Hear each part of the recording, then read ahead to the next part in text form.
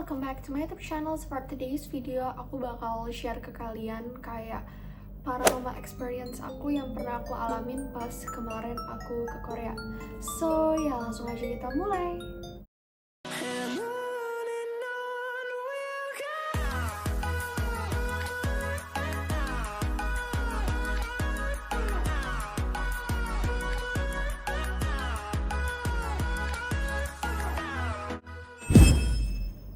Jadi ini bermula pada sebuah hotel yang aku tempatin di Korea Selatan.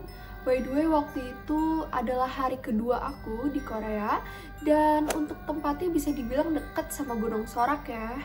Karena aku tur dan aku juga bareng kedua kakakku, jadi otomatis kita beda lantainya sama teman-teman tur yang lain. Karena biasanya mereka itu pergi berdua dan karena kita bertiga otomatis juga tempat tidurnya beda kan, jadi dibedain lantainya. Nah pas masih sore-sore itu nggak terjadi apa-apa, tapi aku udah kayak ngerasa aneh karena lantai kamar aku dan kakakku itu jujur agak serem. Kenapa aku bilang serem? Soalnya lantai kamar kita itu agak gelap dan suasananya beda. Bahkan terasa seperti kayak gak ada orang selain kita yang nginep di lantai itu. Beda sama lantai teman-teman tur kita lain yang mungkin suasananya seperti kayak ada teman-teman tur yang lain ataupun orang-orang Korea sendiri yang menginap di situ. Nah, singkat cerita, kita pulang dari trip hari itu dan masuk ke kamar yang aku dan kakakku menginap. Sekitar udah jam 9 sampai 10 malam, kayak orang-orang biasanya kan suka lapar gitu malam-malam. Dan akhirnya aku sama abang aku mutusin untuk beli semacam snacks, fire noodle di minimarket yang ada di lobi. Udah nih beli ini itu segala macem, akhirnya kita mutusin buat naik lagi. Tapi kita mampir ke satu lantai di bawah kita dulu, which is itu teman lantai dimana teman-teman tur kita yang lainnya menginap. Kayak aku baru keluar dari lift aja tuh udah berasa hawa-hawa rame gitu. Karena kalau misalnya kalian lewat lorong di situ itu kayak kedengeran suara orang ngobrol-ngobrol, ketawa ketiwi, ya suasananya kayak hotel yang rame gitu. Sekitar udah jam 10-an lebih, kita mutusin buat balik lagi ke lantai kita menginap. And yeah, I feel so much different sama lantai di bawah kita karena bener-bener lantai kita itu kerasa sepi banget. Dan berhubung kakak cewek aku di kamar dan kita berdua nggak bawa kunci, akhirnya kita ngebel dong. Ting tong, ting tong. Setelah dibukain sama kakak aku, anehnya kita udah masuk kamar dan udah selesai ngebel pintu, tapi belnya masih terus-terusan nyala kayak gini.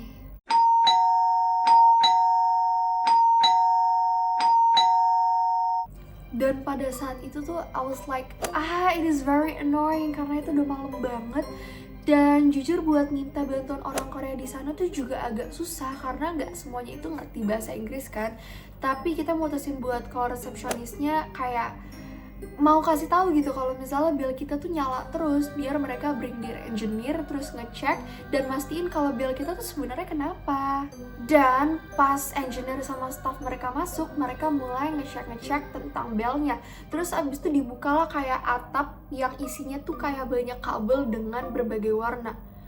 Itu udah berisik banget malam-malam dan semua dari kita itu HP-nya baterainya habis, which is yang kita bisa lakuin cuman ngeliatin engineer Korea yang lagi benerin kabel. Nah, yang bikin malam itu serem, merinding, plus bikin kesel adalah yang pertama, pas staff mereka masuk, mereka ngasih tahu dalam bahasa Inggris kalau misalnya nggak pernah ada kejadian kayak gini. Dan aku langsung kayak, ih serem juga, masa kita pertama sih yang kayak gini. Tapi aku di satu sisi lain tuh kayak, kita cuma mencet bol kok, nggak ngerusak apa-apa gitu.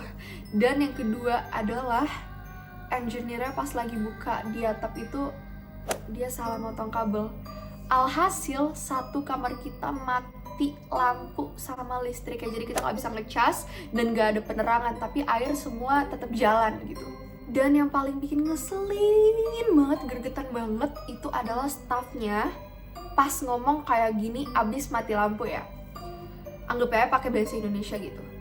Kak, kita nggak bisa bener ini, jadi mungkin kakak tidur dulu, terus besok baru bisa pindah kamar ya.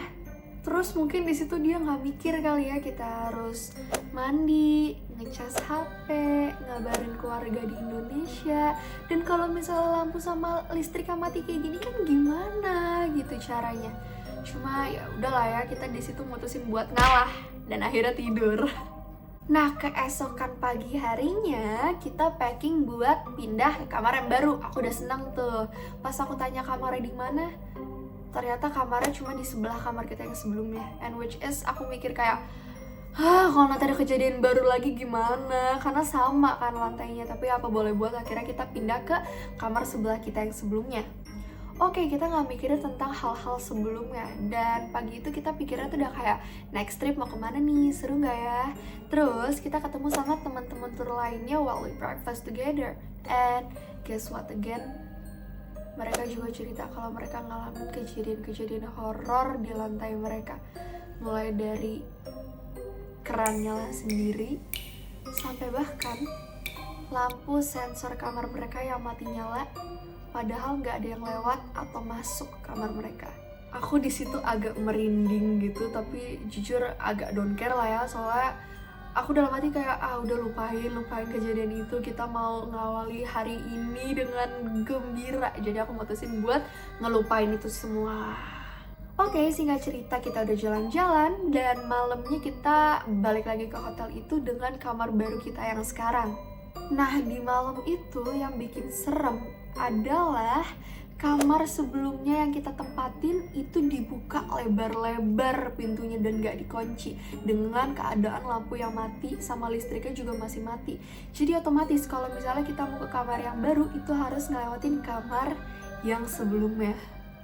Di situ aku udah mulai ngerasa merinding lagi, tapi kayak dalam hati tetap bilang, oh nggak apa-apa, cuma semalam lagi di hotel ini.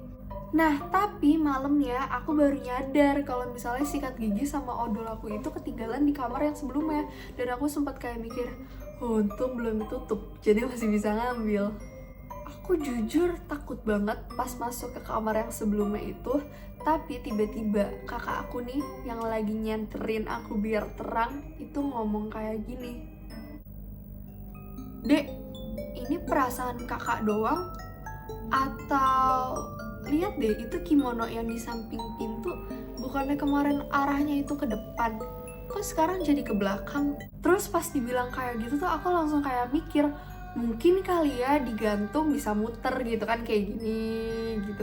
Terus aku mikir, itu kan pakai hanger gitu, terus kalau misalnya mau keputer gimana caranya? Tanpa lama-lama abis mikir kayak gitu, aku langsung lari ke kamar aku yang baru dan tanya ke kakak perempuan aku, Kak, kemarin ada yang pakai kimononya nggak? Hah? Enggak.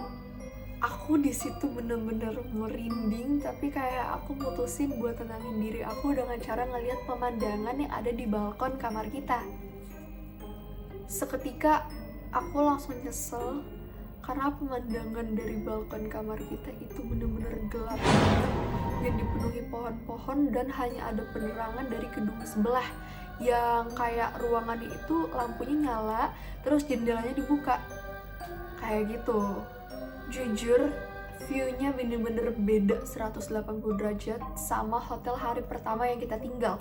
Karena itu ada sekolah, gedung-gedung, parkiran yang walaupun udah malam itu masih ada suara anak-anak sekolah nongkrong lah, ada suara klakson mobil, bahkan suara orang-orang ngobrol. Jadi kesannya kayak rame gitu.